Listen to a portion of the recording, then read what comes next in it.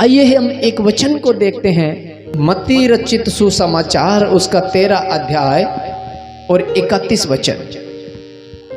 उसने उन्हें एक और दृष्टांत दिया कि स्वर्ग का राज्य राई के एक दाने के समान है, जिसे किसी मनुष्य ने लेकर अपने खेत में बो दिया। वह सब बीजों से छोटा तो है, पर जब बढ़ जाता है तब सब साग पात से बड़ा होता है और ऐसा पेड़ हो जाता है कि आकाश के पंछी आकर उसकी डालियों पर बसेरा करते हैं। आमीन, हालेलुया। हमने बहुत बार इस दृष्टांत को पढ़ा हुआ है। दृष्टांत का मतलब होता है एक उदाहरण देना, किसी वस्तु को एक प्रतिमात्मक शब्द बना देना कि ऐसा हो सकता है, इस प्रकार से घटना घटेगी। पर यीशु मसीह ने वर्तमान में जो बातें घटित हो रही है, जो घट चुकी है, उनको प्राचीन काल से हमें बता के रख दिया था। अपने चेलों से कहा था कुछ पल बाद ऐसा होगा, परमेश्वर का राज्य इस रीति से बढ़ेगा। इस दृष्टांत को जो हम पढ़ते हैं तो मैं नहीं जानता कि हमने किस रीति से इसको समझा होगा बीते दिनों में, लेकिन प्रभु जब इस वचनों के द्वारा हमसे बात करता है तो आज उसका आत्मा हमें उन गहरी बातों में लिए चलेगा। ध्यान से समझना पड़ेगा तो आपको समझ में आ जाएगा, अदरवाइज जिस रीति से हम पढ़ते आए वैसे पढ़ के भी चले जाएंगे। सबसे पहले हमें क्या देखना पड़ेगा, ये राई का दाना क्या है। बीजों में से सबसे छोटा बीज किसका होता है? राई का। एक साधारण सा होता है जिसके विषय में ये आंका नहीं जा सकता कि ये कोई बहुत बड़ा पेड़ पौधा लेकर के आ सकता है भी के नहीं। उसकी बीज की क्वालिटी को देख करके ये विश्वास नहीं किया जा सकता कि ये कितना बड़ा पेड़ बन सकता है कि इसकी डालियों पे पक्षी भी बसेरा कर सकते हैं। उस बीज का उदाहरण दिया गया है। परमेश्वर का राज्य वहां से शुरू हुआ जिस पे बिलीव नहीं किया जा सकता, विश्वास नहीं किया जा सकता कि ये एक दिन इतना बड़ा हो जाएगा कि सब साग पात से भी बड़ा। जितने पेड़ पौधे साग पात के होते हैं, चाहे वो पालक है, मेथी है, धनिया है, कोई भी जो साग पात के होते हैं, उनमें से सबसे बड़ा जो पेड़ पौधा होता है वो राई का होता है। शायद ये राई सरसों में होती होगी, ये इसके जैसा ही होता है, पर इतना बड़ा हो जाता है कि वो बड़े पेड़ों से तो छोटा होता है लेकिन इन साग पात से वो बड़ा हो जाता है। जब परमेश्वर के राज्य की जो बढ़ोतरी हुई, उस सम्मान हुई जिस पे विश्वास नहीं किया किसी ने भी, वो प्रभु यीशु मसीह था खुद अकेला। उसने कहा स्वर्ग का राज्य तुम्हारे भीतर ही है। किसी ने कहा वो मार्ग हमें बता, तो उसने कहा मार्ग मैं ही हूं, पुनरुत्थान मैं ही हूं, उठने वाला, उठाने वाला, जीवन देने वाला, सच्चाई बताने वाला और सत्य पहुंचाने वाला, और जहां तुम पहुंचोगे वो मैं ही। वहां से शुरू हुआ था परमेश्वर का राज्य, और होता होता कहां से शुरू हो गया, किससे शुरू हो गया पता है? आज परमेश्वर का राज्य शुरू होता है। अगर रिश्ता नहीं हो रहा है तो कोई बात नहीं, भवन में आ जाओ, 1 महीने 2 महीने 3 महीने के बाद में परमेश्वर सुन लेगा। वीजा नहीं लग रहा है, नौकरी नहीं मिल रही है, पेपर पास नहीं हो रहे हैं, तो स्वर्ग का राज्य वहां से शुरू हो रहा है। प्रभु यीशु मसीह ने इन बातों को बीते ही दिनों में जब वो इस पृथ्वी पर तब बता दिया था कि स्वर्ग का राज्य उस राई के दाने के समान होगा, यानी यहां से शुरू होगा और वो बढ़ता बढ़ता कलीसिया इतनी बढ़ जाएगी कि उसकी डालियों पे पक्षी अपना घोंसला बनाएंगे, उसकी आड़ लेंगे। उस राज्य में ऐसे लोग घुस जाएंगे कि वो उसी पेड़ के अंदर बसेरा करेंगे और वो कहेंगे परमेश्वर वीजा लगाने वाला परमेश्वर है। पक्षी ऐसे पक्षी पक्षियों की जो प्रतिमात्मक जो शब्द बोले गए, मैंने बाइबल में बहुत जगह पक्षी शब्द लिखा था। मैंने जब मैं नेट पे पक्षी शब्द लिख रहा था कि बाइबल में पक्षी का रोल क्या है, तो निठल्लू दिए गए हैं, बेकार दिए गए हैं बिल्कुल ही। इन आकाश के पक्षियों को देखो, ना ये बोते हैं ना ये काटते हैं, फिर भी तुम्हारा स्वर्गीय पिता इनको देते हैं। न बोना न काटने का मतलब होता है ये किसी कर्म के नहीं है, ये मेहनत नहीं करते हैं। पक्षियों की वो कैटेगरी दिखाई गई थी। एक बीज बोने वाला बीज बोने निकला, कुछ सड़क के किनारे गिरे, पक्षियों ने उन्हें चुन लिया, वहां भी पक्षी दिया गया था। जब मैं इनके विषय में पढ़ रहा था तो ये पक्षी तो वही हो सकते हैं जो झूठे मसीहों का एक आकार दिखाया गया है, बुराइयों का। झूठी कलीसिया जो है वो बसेरा करेगी उसके राज्य में, वो लोग आ जाएंगे, ऐसे लोग आ जाएंगे जो उसके नाम से आकर के उस राज्य में बसेरा करना शुरू कर देंगे। आगे है कि नहीं आगे, सच बताना। बढ़ गया ना ये पेड़? पूरी पृथ्वी के ऊपर प्रभु यीशु मसीह का राज्य स्थापित कर दिया गया। जहां जाओगे आपको उसका नाम मिलेगा, जहां जाओगे उसका नाम का डंका बजता हुआ मिलेगा। लेकिन बाइबल ये कहती है पक्षियों ने बसेरा कर लिया,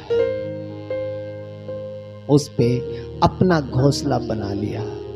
आज कहीं उस घोंसले वाली डाली में तो नहीं हमें ये जांचना है, ये परखना है। यहाँ क्या लिखा हुआ है कि जब वह सब बीजों में से छोटा तो होता है, पर जब वह बढ़ जाता है सब साग पात से बड़ा होता है और ऐसा पेड़ हो जाता है कि आकाश के पक्षी आकर के उसकी डालियों में बसेरा करते हैं। उसकी डालियों में, कलीसिया में आकर के वो आकाश के पक्षी, वो आकाश की शक्तियां, जिसके विषय में कि हमारा यह मल युद्ध मांस और लहू से नहीं, आकाश की उन्हें शक्तियों से है। वो दुष्ट आत्माएं, वो फरेबी आत्माएं, वो मसीह के नाम से भविष्य करने वाले, परमेश्वर के दास का रूप धारण करने वाले झूठे भविष्यवक्ता, आज वो राज्य बन गया है, वो पेड़ बन गया है। हमें इस बात को जांचना पड़ेगा, हम कहाँ बैठे हैं, कहाँ जाते हैं, किससे शिक्षा पाते हैं। चंगाइयाँ भी यहीं पे इसी डाली से है, राज्य भी यही है, नाम भी यही है, बाइबल भी यही है, लोग भी वही है। बसेरा किसी और ने आकर के उसमें कर लिया है।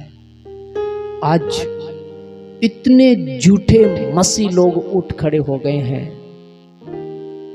उसके नाम से भविष्यवाणियां करते हैं। कभी कोई सलमान खान का नाम लेता है, कभी किसी प्रधानमंत्री का नाम लेता है, कभी किसी व्यक्ति विशेष पे बातें करता है, जबकि परमेश्वर का वचन संपूर्ण सृष्टि की बातें करता है। किसी व्यक्ति विशेष के ऊपर कभी किसी वचन में टिप्पणी नहीं की गई।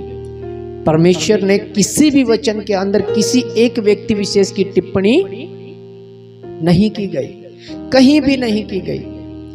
उसने पूरे जगत को, पूरी पृथ्वी को 4 भागों में बांटा हुआ है, चारों दिशाओं में। प्रकाशित वाक्य को जब मैं पढ़ रहा था वहां पे, चलो अगर समय रहा तो मैं उस वचन को भी लेकर के आऊंगा, कि उसने अपने दूतों को, एक दूत को आज्ञा दी कि चारों तरफ से हवा को रोक ले जब तक मैं अपने लोगों पे मोहर न लगा दूं। चारों दिशाओं से 4 शक्तियां, 4 प्राणी बाइबल में दिए गए हैं प्रकाशित वाक्य में, कि मैंने एक सिंहासन देखा, उसके सम्मुख 4 प्राणी भी देखे। वहां पे परमेश्वर ने 4 भागों में, और चारों को पूरे सृष्टि को कवर करने के लिए रखा गया है। लेकिन यहाँ पे लोग किसी व्यक्ति का भविष्यवाणी करके बताते हैं, कभी किसी के तेरे घर में ये होने वाला है, तेरे परिवार में वो होने वाला है। और परमेश्वर जो है उसने हमें संपूर्ण जगत में दुखों के साथ जीवन बिताने के लिए पैदा किया था, कि तेरी परीक्षा होगी, तू परीक्षा करेगा, तू खून पसीने की कमाई खाएगा, इस धरती से उपजाएगा, और इस धरती में ही मनुष्य को, सिर्फ मनुष्य को, पर जो आत्मा है वो वहां जाएगी जहां से वो आई है। मनुष्य जो है वो इस पृथ्वी पे पैदा होता है, इस पृथ्वी पे कार्य करता है, इस धरती से उपजाता है, खाता है और मर जाता है। सब उपदेशक में भी ऐसा लिखा हुआ है। पर जो उसका नथनों में फूंका गया, उसका श्वास है, वो आत्मा वहीं चली जाती है जहां से वो आई है। आज ये फरेबी राज्य ऐसा अगर हम देखें इसी के 4 वचन को हम देखते हैं। बोते समय कुछ बीज मार्ग के किनारे गिरे, हाँ, और पक्षियों ने आकर उन्हें चुग लिया। आमीन। कुछ बीज मार्ग के किनारे गिरे और इन पक्षियों ने आकर के उन्हें चुग लिया। जिन पक्षियों ने वो बीज चुगा, क्या उन्होंने फेंक दिया? कल्पना करो आप, पक्षियों को यहाँ पे एक बुराई का प्रतीक दिखाया गया है कि वो वचन को चुग ले गए वहां से जहां उसके मार्ग के किनारे गिरे, यानी अच्छी जगह नहीं गिरे हुए थे, लेकिन पक्षियों ने उन्हें चुग लिया। अब इन पक्षियों के पास वो बीज है कि नहीं है ना वो वचन, है ना? प्रभु यीशु मसीह ने कहा था, शास्त्री और फरीसियों से सावधान रहना, जो ये कहे वह सुनना और मानना, पर उनके से काम मत करना, क्योंकि ये मूसा की गद्दी पे बैठे हैं। मूसा की गद्दी का मतलब होता है परमेश्वर की व्यवस्था। मूसा उस व्यवस्था को लिए चल रहा था, मूसा एक अगुवाई कर रहा था, उसने व्यवस्था को लिखा था, आज्ञाओं को लिखा था, और लोग मूसा की व्यवस्था को समझते थे कि परमेश्वर ने हमें ये जीवन जीने के लिए दिया और मूसा ने लिखा हुआ है। तो प्रभु यीशु मसीह अपने लोगों से कह रहा था कि इन फरीसियों और शास्त्रियों से सावधान रहना, ये वचन वही लिए चल रहे हैं, परमेश्वर का ही है इनके पास, पर इनके काम जो है वो गंदे काम है, इनके से काम मत करना। वचन तो जरूर सुन लेना, क्योंकि ये गद्दी तो वही है जो मूसा को मैंने दी है, वचन तो वही है जो बाइबल से है, पर इनको देख लेना जो ये कर रहे हैं वो काम कैसे हैं, किसके नाम की भविष्यवाणियां। आज बहुत सी कलीसियां ऐसी है, बहुत से परमेश्वर के दास ऐसे हैं जो दवाइयां बंद करने की दावा करते हैं, दवाइयां बंद कर दी है, कोई कहता है कि प्रार्थना करते ही ठीक हो जाएगा। परमेश्वर का वचन कहता है, हे मूर्ख, क्या तू नहीं जानता विश्वास बगैर कर्म के मरा हुआ है। परमेश्वर चंगा करने वाला है, वो चंगा करता है, पर जब हम कर्म ही नहीं करेंगे, जब हम उनके वचनों को सही ढंग से अध्ययन ही नहीं करेंगे, तो वो विश्वास हमारे किस काम आएगा। प्रभु यीशु मसीह ने एक जगह कहा था, वेद भले चंगे लोगों के लिए नहीं होता, वेद तो बीमारों के लिए होता है। तो इस बात को वो ग्रहण करता है कि डॉक्टरों की जरूरत बीमारों को पड़ती है। जब हमारे शरीर में दुख तकलीफ बीमारियां आती है, हमें दवाई पानी अगर लेना पड़ जाए, तो इसका मतलब ये नहीं होता कि हम परमेश्वर के लोग नहीं रहे, वो लेनी पड़ती है। व्यवस्था ऐसे ही बताती है कि उसे ऐसा करना ही पड़ेगा, पर चंगा करने वाला दवाइयां नहीं होती, वो ईश्वर है। आमीन। यहाँ पे हम इस राज्य में आ गए हैं, ऐसे राज्य में आ गए हैं जहाँ पे पक्षियों ने आकर के बसेरा कर लिया है, और वो बीज भी 19 वचन को और हम देखें, इसी अध्याय के 19 वचन में क्या लिखा गया है। जो कोई राज्य का वचन सुनकर नहीं समझता, हाँ, उसके मन में जो कुछ बोया गया था, हाँ, उससे वह दुष्ट आकर छीन ले जाता है। यह वही है जो मार्ग के किनारे बोया गया था। आमीन। जब पहले भी दृष्टांत के अंदर प्रभु यीशु मसीह बता रहे थे कि कुछ बीज मार्ग के किनारे गिरे और पक्षियों ने उन्हें चुन लिया, उठा करके ले गए। फिर जब चेलों ने कहा कि ये हमारे कुछ पल्ले नहीं पड़ रहा, हमें समझा, तो ये दृष्टांत में क्या तो बताया जा रहा है। तब प्रभु यीशु मसीह ने जब समझाना शुरू किया, तो वही वचन जिस पे पक्षी का नाम आया था, उसी पक्षी को यहाँ पे प्रभु यीशु मसीह ने कहा, दुष्ट आकर के उसे छीन ले जाता है। ये वो ही बीज है जो मार्ग के किनारे फेंका गया। उस पक्षी को यहाँ पे दुष्ट का एक रूप दे दिया गया है। मुझे पहले ये वचन जब मैं पढ़ता हूँ, मुझे ऐसा लगता था पक्षी को एक अच्छी प्रवृत्ति की एक दशा है, एक अच्छाई के प्रतीक होंगे, लेकिन जब इन चीज़ों को पढ़ा, गौर किया, तब एक वचन मेरे पास प्रकाशित वाक्य 18 अध्याय 2 वचन आया, उसमें पक्षी का जब शब्द आया, तब मेरे सारे वचन समझ में आ गए कि ये किसके विषय में क्या बात कर रहा था। मैं अपने हृदय को कब जांचूंगा, कब परखूंगा? वचनों के द्वारा। मनुष्य का अपना सारा चाल चलन अपनी दृष्टि में तो सही होगा, अपनी दृष्टि में वो कभी गलत हो ही नहीं सकता। अगर उसने गलती कर भी दी तब भी उसके अंदर से एक आवाज आएगी, ये तो तेरी मजबूरी थी। हकीकत बता रहा हूं मैं, इसमें तू क्या कर सकता है, ये तो तेरी मजबूरी बन गई, इसमें तो तुझे भरमाया गया है। मनुष्य का अपना सारा चाल चलन तो उसकी दृष्टि में सही होगा, पर परमेश्वर मनों को जांचता है, हमें जांचना पड़ेगा। पर भी यीशु मसीह ने जो कहा था अपने चेलों से कि स्वर्ग का राज्य इसके समान है, वो राई के दाने के समान है, लेकिन बढ़ते बढ़ते इतना बढ़ गया कि पक्षियों ने आकर के बसेरा कर लिया, अपना घोंसला बना लिया। और वो पक्षी और वो घोंसला आज हमें लिए चल रहा है। आज हम इस रीति से जीवन को व्यतीत कर रहे हैं, पर उस राई की तरफ नहीं देख रहे। हम भूल गए हैं कि ये पेड़ जब बड़ा था तब इसका बीज छोटा था। आज हम उस बीज की तरफ नहीं देख रहे हैं, आज ये देख रहे हैं कि इतना बड़ा। आज बड़ी कलीसियाओं को हम देख रहे हैं, आज चमत्कारों को हम देख रहे हैं, भविष्यवक्ताओं को, भविष्यवाणियों को हम देख रहे हैं, वीजा, रिश्ता, लड़कियां, सब ये सारी चीज़ों को हम देख रहे हैं, पर ये नहीं देख रहे कि जब स्वर्गीय राज्य की बातें चली थी तब प्रभु यीशु मसीह ने किस रीति से सेवकाई, धन्य हो तुम, धन्य हो तुम, धन्य वचनों के साथ उसने अपना सुसमाचार शुरू किया था।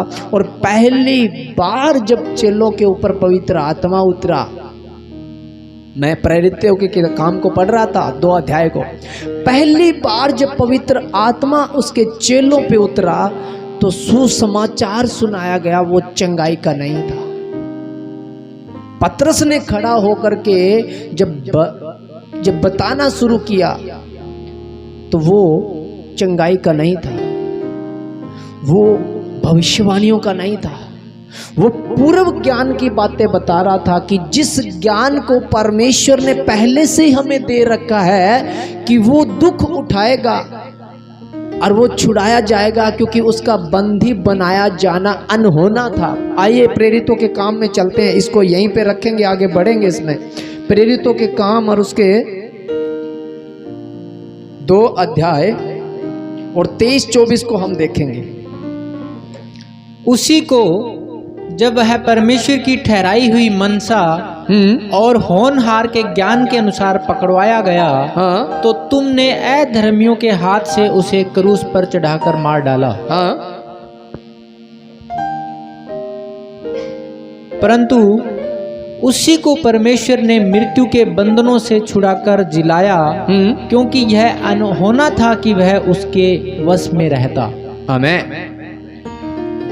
ये था वो राज्य, ये थी वो कलीसिया।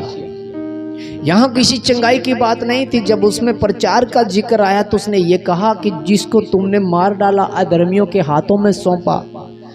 ये पूर्व ज्ञान है जो उसके पैदा होने से पहले हमें दिया गया था कि मैं ऐसी व्यवस्था बनाऊंगा, मैं तेरे भाइयों में से एक नबी उत्पन्न करूंगा, उसके राज्य का कभी अंत, उसके राज्य का कभी अंत नहीं होगा, और वो अपना राज्य इस पृथ्वी पे स्थापित करेगा और वो राज्य करेगा।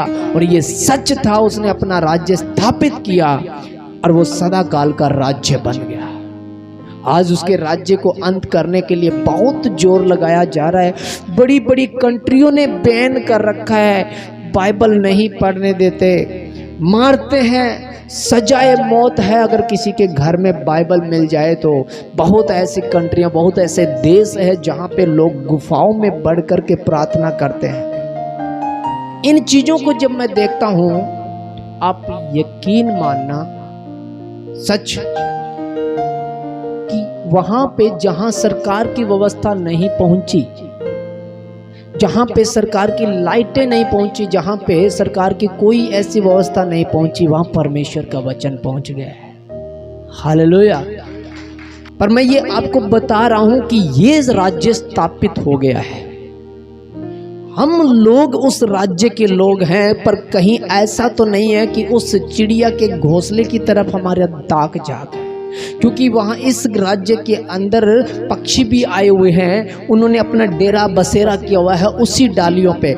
मसीह के नाम से परमेश्वर के दास आपके घर में आएंगे, भरमाएंगे। एक बार इधर आकर के देखो, एक बार इधर बैठ करके देखो। इस वचन को वापस आ जाए हम 13 वचन पे। उसने उन्हें एक दृष्टांत दिया, स्वर्ग का राज्य राई के दाने के समान होगा। स्वर्ग का राज्य तो बिल्कुल ही छोटा सा होगा, मुझसे शुरुआत होगा और फिर 12 चेलों में, और 12 चेलों से पृथ्वी पे भर जाएगा। पर बाद में क्या होगा, वो इतना बढ़ जाएगा कि सब साग पात से, सारी आशीषों से, सब कुछ भरपूरियों से इतना बड़ा हो जाएगा कि कोई भी कितना भी तकड़ा कोई जादूगर क्यों ना है, चाहे कोई बाबा क्यों ना, इन सब से बढ़ करके वो इतना बड़ा, सब साग पात से, सारी आशीषों से, सारी सामर्थ, सारी चंगाइयों से बढ़ करके जो चंगाई होगी वो इस राज्य की होगी, वो इतना बड़ा हो जाएगा। और आज मसीह यीशु के नाम से दुष्ट आत्माएं कांपती हैं, उसके नाम से काम बनते हैं। उसका नाम लेकर के उसके जीवन को जीता जो इंसान है ना, वो कभी भी शर्मिंदा नहीं होता, सब कुछ काम संपूर्ण होता है। वो ऐसा बन जाएगा और ऐसा बन भी गया। जब थक जाते हैं, हार जाते हैं, जब ये जिक्र आता कि हम चारों तरफ जाकर के आ गए, अब जाकर के हमें प्रभु यीशु मसीह में शांति मिली है, आराम पाया है। ये वो है कि सब साग पात से वो बड़ा पेड़ बन जाएगा। पर ध्यान देना, इसमें पक्षियों का बसेरा आ गया है, इसमें वो आशीषें, बरकतें, सब कुछ होगी, वो चंगाइयाँ, सब कुछ, क्योंकि वो भी उस अधर्मी का आना उसकी सारी झूठी सामर्थ के साथ होगा, ऐसा वचन में लिखा हुआ है। उस अधर्मी का आना। प्रकाशित वाक्य 18 अध्याय और 2 वचन को पढ़ते हैं। यहाँ पे लिखा हुआ है, पीछे स्क्रीन पे देख लेना, बाकी लिख लेना, छोटा सा वचन है, इसको हम देखेंगे। उसने ऊंचे शब्द से पुकार कर कहा कि गिर गया, बड़ा बाबुल गिर गया, और दुष्ट आत्माओं का निवास और हर एक अशुद्ध आत्मा का अड्डा, और एक अशुद्ध और घृणित पक्षी का अड्डा हो गया। आमीन। ये सारे वचन समझ में नहीं आएंगे आपको, पर इसमें से एक शब्द से आपको सारे वचन समझ में आ जाएंगे। उस वचन में लिखा हुआ है, पक्षियों ने आकर के डालियों पे बसेरा किया, और यहाँ पे लिखा गया है कि गिर गया वो अड्डा। ये अंतिम समय की बात है, जब उसका आना होगा, प्रभु यीशु मसीह का जब न्याय आएगा, तब ये सारे के सारे झूठे भविष्य वक्ता, चंगाई देने वाले, अपने आप को परमेश्वर के दास, कलीसिया कहने वाले, सब के सब गिराए जाएंगे। वो कहेगा, मैं तुम्हें जानता ही नहीं, तुम कौन हो। उस समय ये घटना होगी। और इसमें एक शब्द आया है, और घृणित पक्षियों का वो अड्डा। जिन पक्षियों ने उस राज्य में बसेरा कर लिया था, इसकी क्वालिटी दिखाएगी। गिर गया वो बड़ा बेबीलोन। कौन सा बेबीलोन? उत्पत्ति की किताब में एक जगह लिखा हुआ है कि बेबीलोन में एक घटना घटी थी। राजा निर्मोद वहां पे एक गुम्मट बना रहा था, और लोग वहां पे गारे ईंट लेकर के आ रहे थे, आओ हम एक गुम्मट बनाए, इस प्रकार से पृथ्वी पे अपना नाम ऊंचा करें। तो बाइबल यह कहती है, परमेश्वर ने उनकी भाषा में गड़बड़ी डाली और वो गुम्मट वहीं पे रुक गया। उस जगह का नाम बेबीलोन पड़ा, क्योंकि वो गड़बड़ी का देश था। उस बेबीलोन का जिक्र वो जो लोग बनाना चाहते थे, आज वो ही प्रशासन फिर काम कर रहा है। ऐसा बेबीलोन, अदृश्य बेबीलोन, शायद वो एक गुम्मट देखने को मिल गया होगा, लेकिन अब जो बेबीलोन बनाया जा रहा है वो अदृश्य है। वो सिर्फ शक्तियां काम करती है, किसी पृथ्वी पे देखने को नहीं मिलेगा। वो हमारे बीच में तैयार किया जा रहा है। हमारे ही बीच में वो दास हैं जो बेबीलोन खड़ा कर रहे हैं। हमारे बीच में वो परमेश्वर की कलीसिया है जो बेबीलोन के लिए ईंट गारे का काम कर रहे हैं। वचन कहता है, गिरा दिया गया वो बेबीलोन, वो बड़ा अड्डा, वो घृणित पक्षियों का अड्डा, वो दुष्ट आत्माओं का बसेरा। क्या लिखा हुआ इस वचन को दोबारा? वह दुष्ट आत्माओं का निवास, हर एक अशुद्ध आत्मा और हर एक अशुद्ध और घृणित पक्षियों का अड्डा। आगे पढ़े इस वचन को। क्योंकि उसके व्यभिचार के भयानक मदिरा के कारण सब जातियां गिर गई है। हाँ और पृथ्वी के राजाओं ने उसके साथ व्यभिचार किया है। हाँ और पृथ्वी के व्यापारी उसके सुख विलास की बहुतायत के कारण धनवान हुए। हमें आज बड़ी गवाहियां आती है, जब से प्रभु यीशु मसीह को हमने ग्रहण किया 4 चांद लग गए। 1 मंजिल में था, 3 मंजिल बेटा विदेश में है, मैं रेस में हूँ, मैं वहाँ हूँ, मैं वहाँ हूँ, मैं वहाँ, मैं धनवान हो गया। संसारिक सुख विलासों को, क्योंकि पृथ्वी के लोगों ने इस नाम से इन चीजों के ऊपर अपना ध्यान लगाना शुरू कर दिया।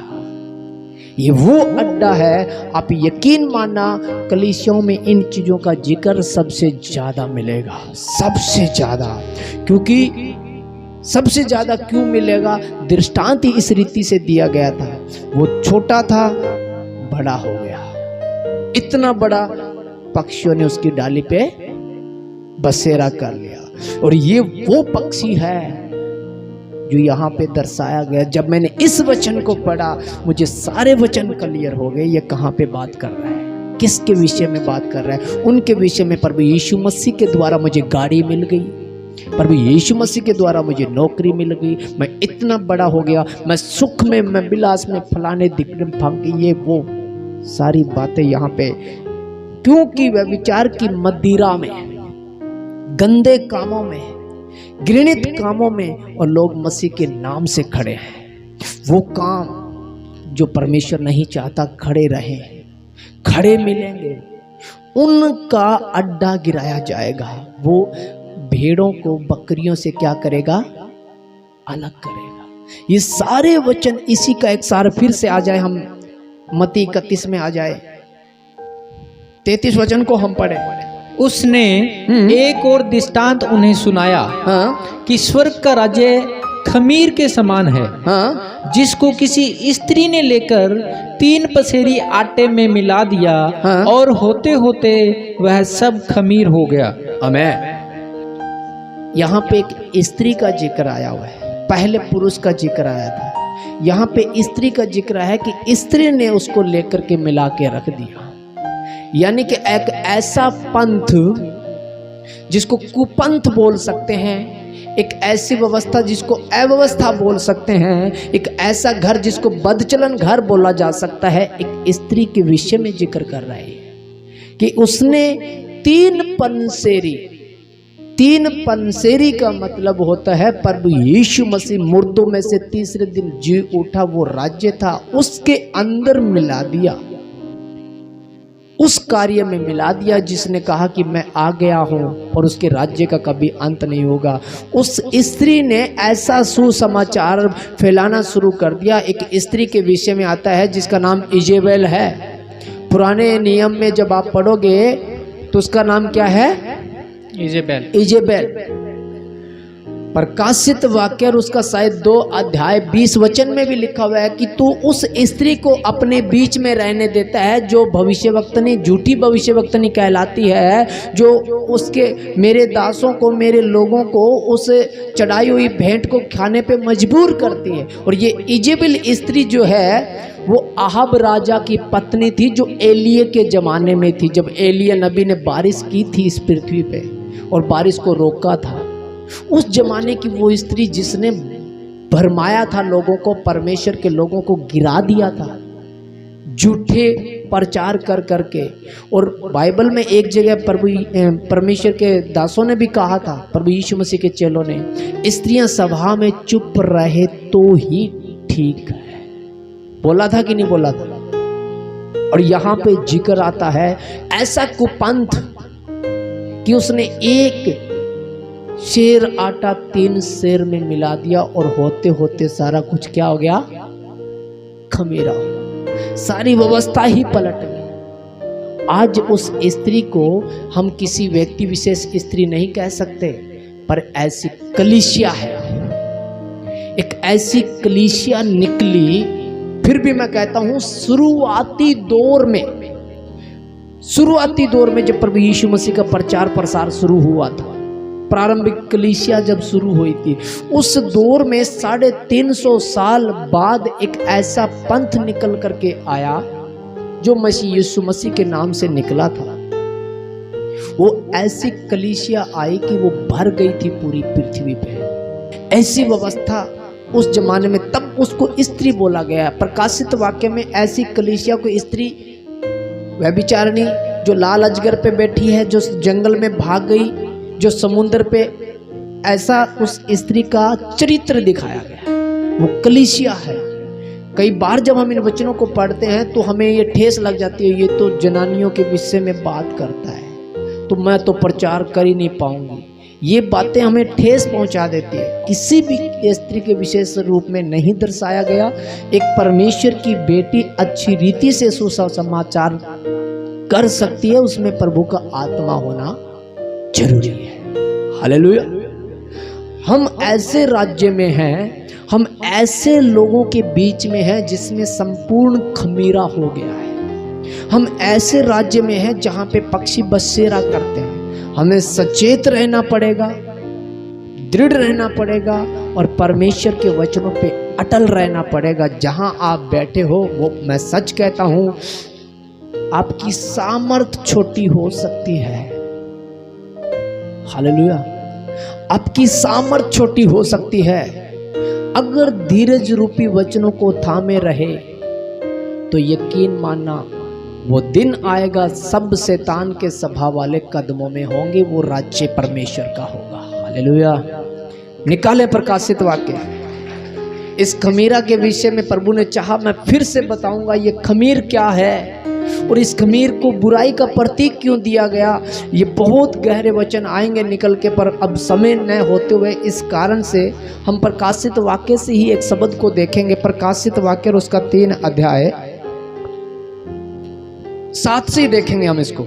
यहाँ पे इस कलीसिया का जिक्र है जो सच्चे विश्वासी है, जो परमेश्वर के सच्चे लोग हैं, जो सच्ची सेवकाई में शामिल हैं, उनका जिक्र है। ये वो कलीसिया, फिलदिल्फिया की कलीसिया के दूत को ये लिख, आगे पढ़े इसको। और फिलदिल्फिया की कलीसिया के दूत को यह लिख, हाँ, कि जो पवित्र और सत्य है, हाँ, और जो दाऊद की कुंजी रखता है, जिसके खोले हुए को कोई बंद नहीं कर सकता, हाँ, और बंद किए हुए को कोई खोल नहीं सकता, हाँ, वह यह कहता है कि मैं तेरे कामों को जानता हूँ।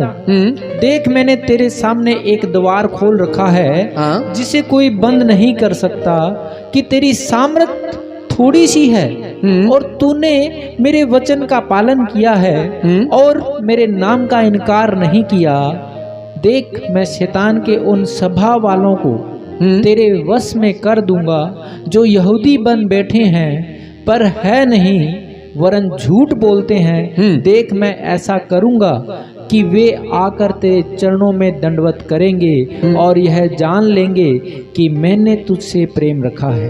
तूने मेरे धीरज के वचन को थामा है, इसलिए मैं भी तुझे परीक्षा के उस समय बचा के रखूंगा जो पृथ्वी पर रहने वालों के परखने के लिए सारे संसार पर आने वाला है। आमेन।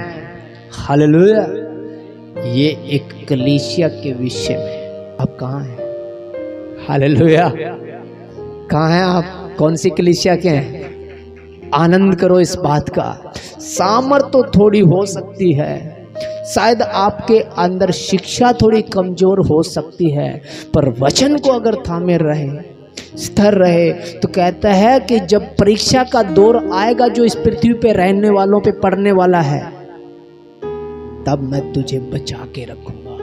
और जो सभा वाले जो बन बैठे हैं मसीह लोग, जो कहते हैं अपने आप को यहूदी पर है नहीं, सब कदमों में कर दूंगा, पर तू बैठा तो रहे। परमेश्वर का वचन सामर्थी है, बलशाली है, जिंदा है और पवित्र है। मैं फिर कहता हूं, कमजोरियां दूर कर लो।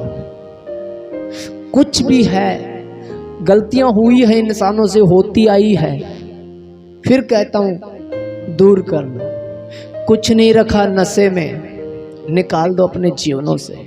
कुछ नहीं रखा झूठ बोलने में, गंदे बोलने में, निकालो। आ जाओ दुआ प्रार्थना में, फिर से खड़े हो जाओ। फिर दौड़ो, मैं गारंटी देता हूं वो परमेश्वर है, कभी नहीं छोड़ेगा, कभी नहीं त्यागेगा, कभी दुखों में नहीं रखेगा, कभी कलेशों में नहीं रखेगा। वो कहता है मैं तुम्हें शिरोमणि बनाऊंगा, पूंछ नहीं सिर ठहराऊंगा। आपको फिलदिल्फिया की कलीसिया में शामिल किया गया है क्योंकि आपने ऐसा कोई दिन नहीं देखा जिसमें मसीह के नाम से तुम्हारे साथ कोई स्ताव आया हो। तुमने ऐसा कोई दिन नहीं देखा जिसमें ये कहा गया हो कि निकलो भागो यहाँ से, कोई वचन नहीं पढ़ाने देंगे। आप हकीकत में उस सच्चे विश्वास की कलीसिया में काउंट हैं। अगर आज भी हम में गुनगुना है, आज भी हम में इजेबल है, तो फिर सोच के देखो, वो ही पुराना खमीर। एक वचन और हम देखें पहला कुरिन्थियों और उसका 5 अध्याय 6 और 8 वचन तक। तुम्हारा घमंड करना अच्छा नहीं। हाँ, क्या तुम नहीं जानते कि थोड़ा सा खमीर पूरे गूंथे हुए आटे को खमीर कर देता है। हाँ, पुराना खमीर निकाल कर अपने आप को शुद्ध करो कि नया गूंदा हुआ आटा बन जाओ, ताकि तुम अखमीरी हो, क्योंकि हमारा भी फसह जो मसीह है बलिदान हुआ है। हाँ, सो आओ हम उत्सव में आनंद मनावें, न तो पुराने खमीर से और न बुराई और दुष्टता के खमीर से, परंतु सिधाई और सच्चाई की अखमीरी रोटी से। आमीन। ये वचन उसी वचन के रिलेटेड है जिसमें 3 पंसेरी आटे में खमीर मिलाया गया, सब कुछ खमीरा हो गया। इसको अगर समझाऊंगा तो थोड़ा समय लगेगा, फिर भी मैं छोटे छोटे शब्दों में, परमेश्वर का वचन कहता है जब हम मसीह यीशु में आ गए हैं तो पुराना खमीर जो हमारा पुराना जीवन था, जो बातें हम में थी वो आज क्यों कायम रहती है, उन्हें निकाल करके फेंक दो। ये जो खमीर है इसको आज हमारे इस देश के अंदर मीठा सोडा बोला जाता है। उस समय में इसको यूज किया जाता था किसी भोजन वस्तु को स्वादिष्ट बनाने के लिए। जिस प्रकार से अगर आटे में इस खमीर को मिलाया जाता है तो डबल रोटी का आकार ले जाती है, लड्डुओं में मिलाया जाता है तो बूंदी फूल जाती है, अगर गुलगुले बनाते हैं माताएं बहनें उसमें डाल दिया जाता है तो गुलगुले नरम हो जाते हैं, नहीं तो संवाली का आकार ले जाएंगे। इस प्रकार से इजी हो जाता है, आरामदायक भोजन बन जाता था। वो उस जमाने में जो भोजन हुआ करता था वहाँ कोई चक्की पीस करके थोड़ी कुछ हुआ करता था। आपको क्या लगता है कि जो रोटियां आप लपेट रहे हो वो लोग ऐसे खाते थे? वो उस समय का अनाज पता नहीं कैसे कैसे वो पत्थरों से, ऊंखली से, लोहे से कूट करके उन बीजों को तैयार करते थे, उन्हें उबाल करके वो खाया करते थे। अब इतने हार्ड बीज उनको नरम करने के लिए खमीर मिलाया जाता था, तो इजरायली लोग खमीर खाते थे। परमेश्वर ने उस आरामदायक भोजन को खमीर बोला था जिसमें कोई मेहनत नहीं होती, उसको भोजन को खमीर बोला था। और प्रभु यीशु मसीह ने उस खमीर को कि वो आरामदायक जीवन जो मेहनत करने से रोकता है, वो सुख सुविधा वाला जीवन जो आनंद पहुंचाता है खाने में, वो जीवन जो डांस में मजे आते हैं, वो जीवन जो बुराइयों में खड़े होके, भलाई के नहीं बुराइयों के साथ खड़े होके जो जीवन आनंद देता है, उस जीवन को आज तुम छोड़ दो, क्योंकि थोड़ा सा आनंद पूरे जीवन को बर्बाद कर देगा। अनंत काल के जीवन, थोड़ी सी बातें अगर हमारे बीच में बुराइयों की आ गई तो पूरा जीवन मसीह का जो आनंद का जीवन है वो बर्बाद कर देगा। सो इसलिए आओ हम आनंद के उस उत्सव में चलें जो प्रभु यीशु मसीह में है, उस सच्चाई के जीवन को धर ले।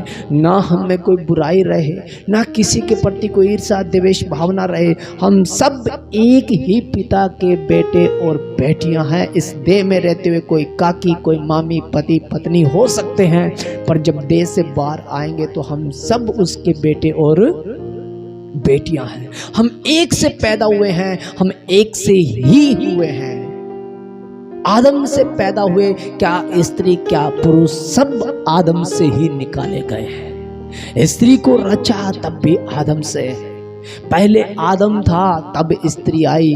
अगर आदम ना होता तो स्त्री भी ना होती। ये वो ही आदम है जो मसीह यीशु कहलाया। अगर वो आदम ना होता तो ये स्त्री कलीसिया जिसको बोला जाता है ये भी नहीं होती। पहले आदम फिर स्त्री, पहले यीशु फिर कलीसिया। ये दोनों, पहले आदम को बनाया तब दुल्हन बनाई गई, पहले यीशु को बनाया गया तब आप और मेरे को दुल्हन बनाया गया। तो हमारा दुल्हा आने वाला है, हमें दुल्हन का रूप लेना पड़ेगा, हमें वो जीवन बनाना पड़ेगा। हम सब एक मन अगर नहीं होंगे, यकीन मानना आप उस राज्य के तो होंगे, उसमें होंगे, पर आप उस डाली के ऊपर होंगे जहाँ पे पक्षियों ने बसेरा किया हुआ है। और वो जब आएगा तो वो हमारी छंटनी कर देगा, फिर धोखा होगा। इसलिए हमारी निगाहों में जो चाल चलन सीधा जान पड़ता है उसको छोड़ करके प्रभु की इच्छा पे छोड़ दो। प्रभु तू क्या चाहता है?